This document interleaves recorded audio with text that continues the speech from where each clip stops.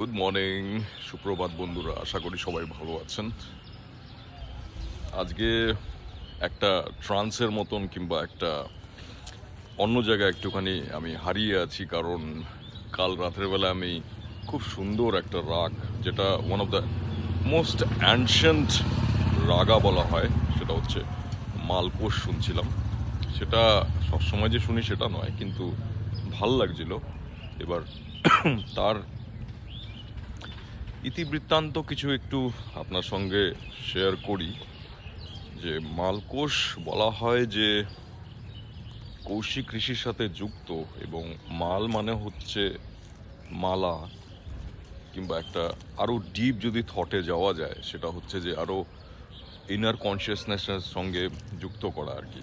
বলা হয় যখন শিব যে তাণ্ডব করেছিল তার শরীরের মধ্যে এইভাবে নিয়ে, যখন পার্বতীকে মৃতদেহটাকে নিয়ে যখন ধ্বংস করছিল তাণ্ডব, তার মাঝে সে একটা ডিপ মেডিটেটিভ স্টেটে চলে গিয়েছিল, এবং সেই ডিপ মেডিটেটিভ স্টেটটাকে যে ভেতরে যে একটা গুরুগম্ভীর একটা শান্তি, যে তখন এই মালকোষের রচনাটা হয়েছিল, এবং কৌশিক ঋষির সাথেও সেটা খুব যুক্ত।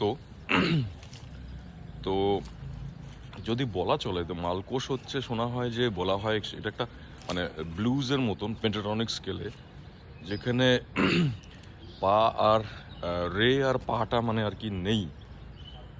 সেখানে আর বলছি না যে শুদ্ধ আর কোমল কি কি আছে, সেটা আপনারা ভালো বোঝেন। তো এই মালকোষের মধ্যে it is told that it is the time to listen to this রাগ ইজ রাত 12টা থেকে 3টা অবধি, মানে ব্রহ্ম মুহূর্ত অবধি। কারণ এটা অনেক সাইন্টিফিক কারণ আছে। It is very deep meditative, আর এটা একটা ইন্টার গ্যালাকটিক টাইপের আর কি। মানে হচ্ছে যে আপনি এখানে শরীরে থেকেও আপনার কিন্তু অন্য কোথাও চলে যাবেন। So you travel to the maybe the higher consciousness, and it is very interesting as because this raga gives you the inner feeling of connecting with the universe, with the inner soul. তো যেরকম বাকিগুলো হয়, যে রাগগুলো যেমন হয় যে আপনি এখানেই থাকেন, আপনি এখান থেকে বাইরের দিকে চলে যান, কিন্তু এই মালকোষ যে রাগটা আছে, এই মালকোষ রাগটা আপনাকে বাইরের থেকে ভেতরে টানে, এবং এমনও হয় যে ডিপ মেডিটেটিভ স্টেটে আপনি অন্য কোথাও ট্রাভেল করতে